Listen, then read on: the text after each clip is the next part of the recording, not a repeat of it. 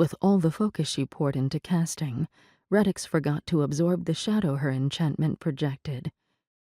Before anyone could notice, she tried to draw it back in to make it vanish, but as she did, she felt a click. Her light enchantment looked and felt different. It was almost like it had taken on a solid, tangible form. For the Lord's gout! Reddix remained still, with the energy of the shadow running through her like a wild animal. She hoped Aaron would simply overlook her enchantment.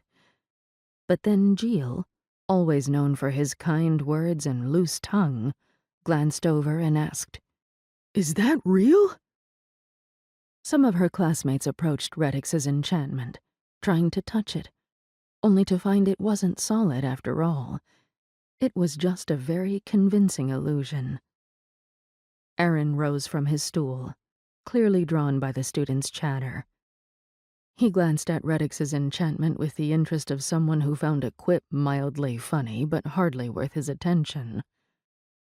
"You were that fire champion, right?" Aaron asked her. His breath alone could have ignited a torch.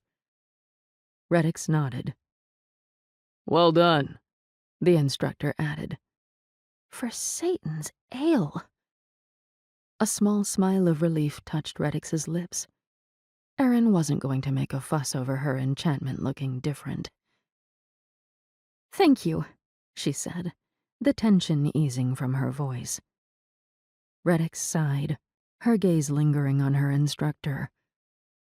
Then something stirred deep within her.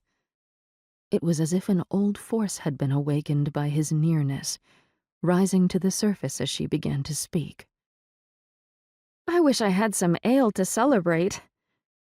Her eyes went wide the instant the words escaped. It was as if something had pushed the words out of her. A few quiet laughs moved through the class. The instructor slinked back to his spot with the stiff dignity of someone pretending they hadn't just been caught. His eyes remained sharp, though he was clearly aware Reddix knew his secret. Everyone took their turn casting color into their spells. Geel was the second to succeed, his light flaring bright and clean. He seemed a few years older than Reddix and the others, but carried the energy of someone younger, spirited, eager, and clearly gifted. One by one, the rest of the students followed, until the entire classroom shimmered with colorful enchantments. Reddix caught a few murmurs and chuckles drifting through the air.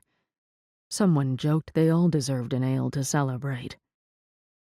Reddix began casting other colors, surprised to find she no longer needed to tie them to emotions or memories. One memory had been enough to unlock them all. But the surge of energy she'd felt wasn't fading as it usually did.